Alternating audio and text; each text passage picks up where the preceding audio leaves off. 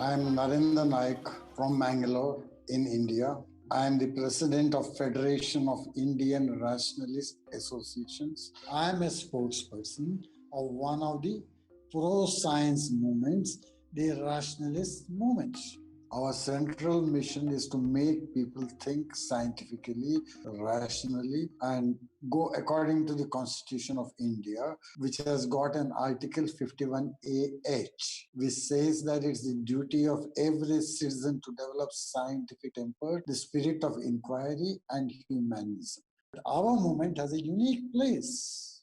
That's why they want to get rid of us. There's a list of people whom they want to kill, and I am on that, and hence I need to be guarded. We are fighting against the anti-science attitudes that exist in this country.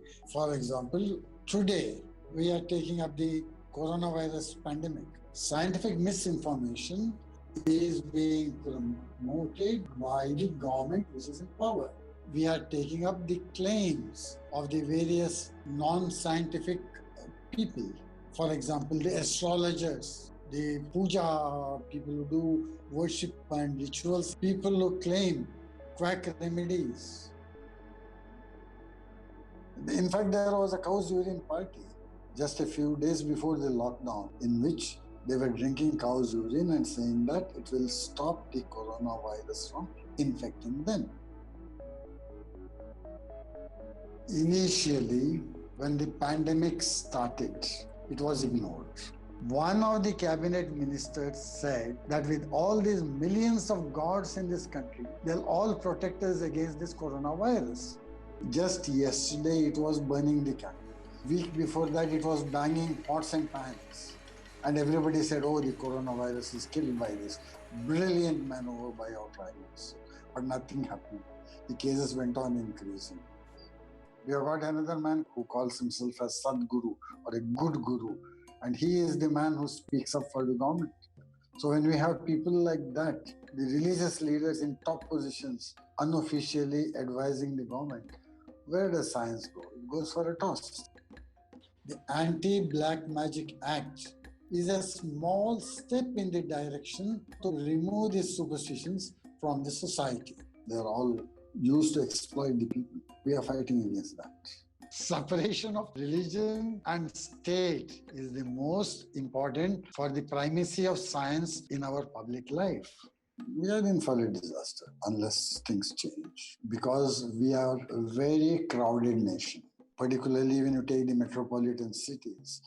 That's why I'm saying we are on a ticking time bomb. We are in for a disaster.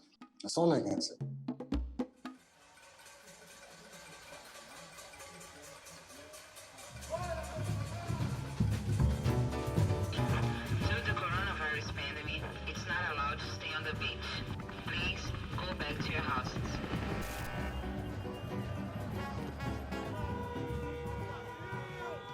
My name is Natalia Pasternak and I live in São Paulo, Brazil, where I run the first Brazilian Institute for the Promotion of Rational and Scientific Thinking.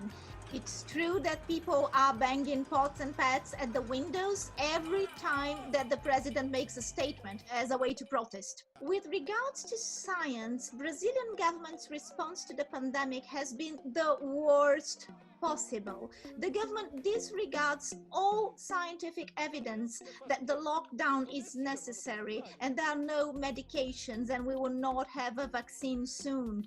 So it's giving false information and false hope to people, and people are starting to relax the lockdown because of the government and because of the president himself that goes out on the streets as if nothing was happening. It's impossible to build bridges with this government. It's the most anti-scientific government we ever had. President Bolsonaro said that the pandemic, it's not a big deal and we should face it like men, not boys. He also said something very bizarre.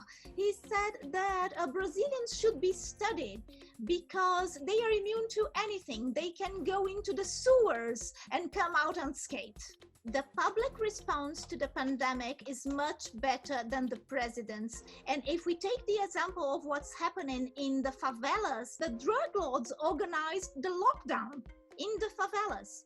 and they are doing a much better job than the federal government. I don't think most Brazilian government officials and even the medical community really understands what an approved medication means. We got a lot of the chloroquine hype here in Brazil, and this happened because people don't understand how you test a drug and why do you need to test a drug to be sure that it's safe and it's effective. And people rely on anecdotal evidence, on stories. The problem when public policies are based on ideology and anecdotes is that public policies are not based on science, and this is not the best use of public money. I'm a microbiologist and I'm a research fellow at the University of São Paulo. Every decision that we make on our daily lives is based on what we know or what we don't know about science. So when people decide whether to vaccinate their children, they are using what they understand about science to make that decision. My job is to make that decision science-based. Vaccination campaigns in Brazil has always been a role model for the world until we got hit by the anti-vax movement. All of a sudden, our vaccination rate starts to drop. We are deeply worried about this anti-vax movement here. What gives me hope in the midst of the pandemic is that at last I see people turning to science for solutions. People may come to realize that it's not possible to live in a world without vaccines, for instance. For the lack of one single vaccine, see what's happened to us. So this is my hope, that people after the pandemic, they start to look on science as something that can help society and as something that is essential to the development of the country and to the well-being of every citizen in the world. Brazil and India are very similar in that both governments accept pseudoscience and alternative medicine. But when it comes to valuing and funding science, I think Brazil is doing much worse. I think the Indian government handles science, particular branches of science, better because they give some autonomy to some people.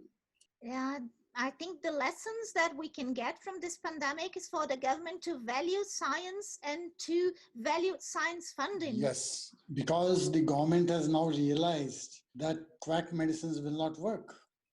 So they may be more scientific in the future. The pandemic brings us a very good opportunity to explain science better to the population. For instance, now everybody wants to understand how a clinical test is performed.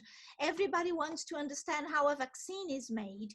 Everybody wants to understand the difference between viruses and bacteria. So now it's the time to explain that because people are interested and we can take advantage of that. Explain to them what things are, what medicine is, what a virus is, what a vaccine is, and thereby educate the people so that they start thinking, they learn more. In fact, we have organized some debating clubs because of this shutdown. So we have taken young people and we have organized online debates. Every week we have 2 to 3 of them. And that's how we get to the people now. There's no such thing as a quick fix now. We have to be patient and wait for science to come up with the answers. I think the pandemic could be a launching pad to restructure a very faulty healthcare system here, although we are very proud of the Brazilian healthcare system because we cater with a public healthcare system to 200 million people. We also rely on alternative medicine, and maybe now it's time to restructure that because we all realize that alternative medicine doesn't work and we need real medicine. Because there are only 2 medicines, medicine that works and medicine that doesn't.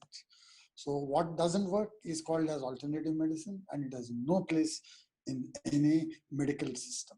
I would echo Narendra's words and say that you know what they call alternative medicine that has been proved to work? Medicine. If some traditional knowledge proves to be efficient as a medication, it will be a medication. It will be institutionalized, and it will be tested, and it will go into the market. And at least we'll study, we'll know what dosage to use, we'll know what people can use it. So it's not about shunning traditional medicine or traditional knowledge out of the mainstream. It's about honoring these traditions enough to test them and to take them seriously. But after we test them, if they prove not to work, then it's proved not to work, and we should abandon them and move on. I would look at it from a humanist angle. What we say is, well, you have your belief system, you stick to it. But when it comes to some issues, medical treatment, social policies, education system, stick to science, stick to evidence. So first we have to listen, and then we talk. And when we talk, we can't come right as we own the truth, we are the scientists, we know it all. No, we have to be patient and explain how science works and how we came to those conclusions and why they are important. And of course, as Narendra says, respecting people's beliefs, always. I don't think we disagree on much or anything at all. I wouldn't say we disagree over anything scientific. Maybe we disagree about food. I don't know. We'll have to talk about that. No. Why? I would eat anything that humans eat. Good. Because so do I. I think she is talking about beef. So we'll meet sometime for dinner. Lunch here in Brazil. Okay, all right.